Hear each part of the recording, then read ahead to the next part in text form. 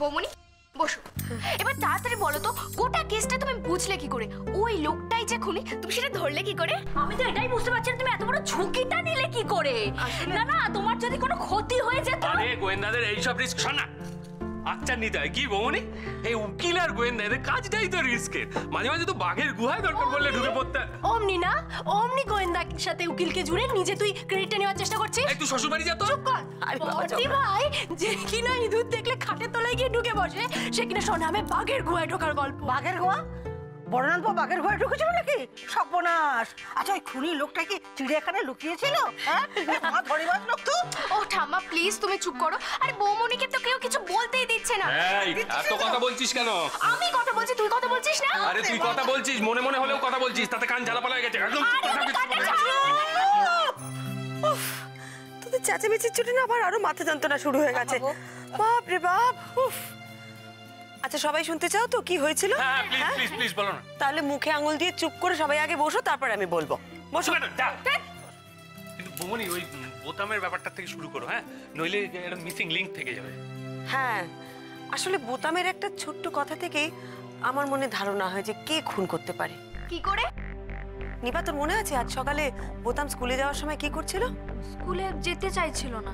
স্কুলে যেতে তো চাইছিলই না, তার সাথে বারবার বলছিল সুমিত্রা ম্যামের ক্লাস করতে আমার একদম ভালো লাগে না, ওকে আমার পছন্দ না, পড়া না পারলে ও বেঞ্চের উপর দাঁড় করিয়ে দেয়, ওকে আমি লাইক করি না। ও কাল ক্লাসে পড়া পারেনি তাই স্কুলে যাবে না বলছে। মোটেই না, সুমিত্রা আন্টি ক্লাসে সবাই পড়া পারলেও বকা খায়, ওর ক্লাস আমার করতে ভালো লাগে। এই বোতাম, এ আবার কি কথা? ওর ক্লাস আমার ভাল লাগে না মানে? উনি তোমাদের টিচার না? ওনার ক্লাস ভাল লাগে না বলো? টিচারকে রেসপেক্ট করতে শেখো। এ আবার কি? ওকে আমি মোটেই রেসপেক্ট করি না, ওকে আমি কেন উনি বলবো? বোতাম বাবুর কথা শুনে মনে হলো ঠিকই তো, যাকে আমরা সম্মান করি না তাকে তো আমরা আপনি আগে করি না।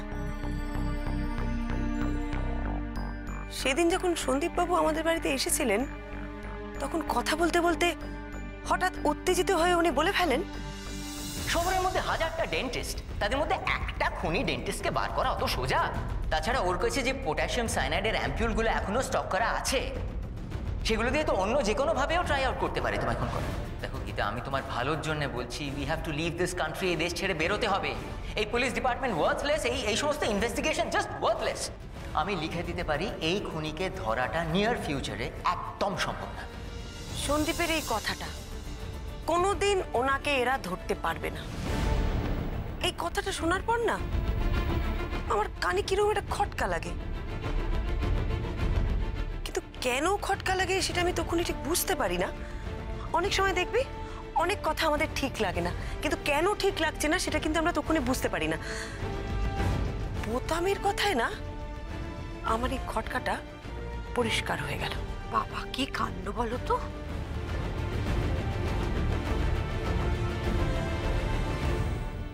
এখন প্রশ্ন হচ্ছে সন্দীপ খুনির উদ্দেশ্যে এত সম্মান দেখিয়ে কেন কথা বলছিল? মানে খুনিকে ওনাকে ওনাকে করে বলাটা খুব অদ্ভুত না?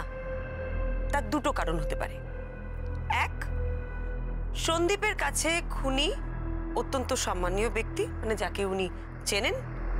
আর দ্বিতীয় কারণ হতে পারে খুনি সন্দীপ নিজে। দারুণ ব্যাপার তো।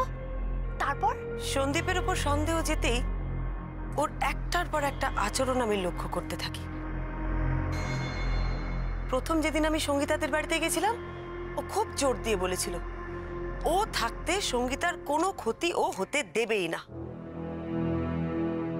অথচ সে রাত্রে যখন কেয়ার মৃত্যু সংবাদ এলো সন্দীপ কিন্তু একদম চিন্তায় পড়ে গেল, জানিস তো?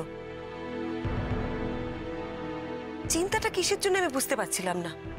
ওর নিজের জন্যে না সঙ্গীতার জন্যে, নাকি নিজের টেনশনটা লোকানোর জন্যে ও সঙ্গীতার জন্য ভীষণ চিন্তিত এটা দেখানোর চেষ্টা করছে। সন্দীপ বাবু কিন্তু খুব বুদ্ধি দিয়ে খুনগুলো করেছিলেন। একবার চিন্তা করে দেখ, দাঁতের ক্যাভিটির মধ্যে পটাশিয়াম সায়ানাইডের ছোট্ট অ্যাম্পিউল রেখে তার উপরে ফিলিং করে দেওয়া হয়েছে। ফিলিং কবে ভাঙবে কেউ জানে না, খুনি নিজেও জানে না। কারুরটা 7 দিনে ভাঙছে, কারুরটা 1 মাসে, কারুরটা বা 1 দিনে। সেদিনকে সঙ্গীতাদের বাড়িতে আমি যখন সন্দীপ বাবুকে বললাম যে খুন করার পদ্ধতিটা কিন্তু আমি ধরে ফেলেছি। আমার কথা শুনে উনি কিন্তু বেশ টেনশনে পড়ে গেছিলেন। মানে উনি মনে মনে চিন্তা করছিলেন যে পদ্ধতিটা যখন আমি একবার ধরে ফেলেছি তখন খুনিকেও আমি খুব শিগগিরই ধরে ফেলবো।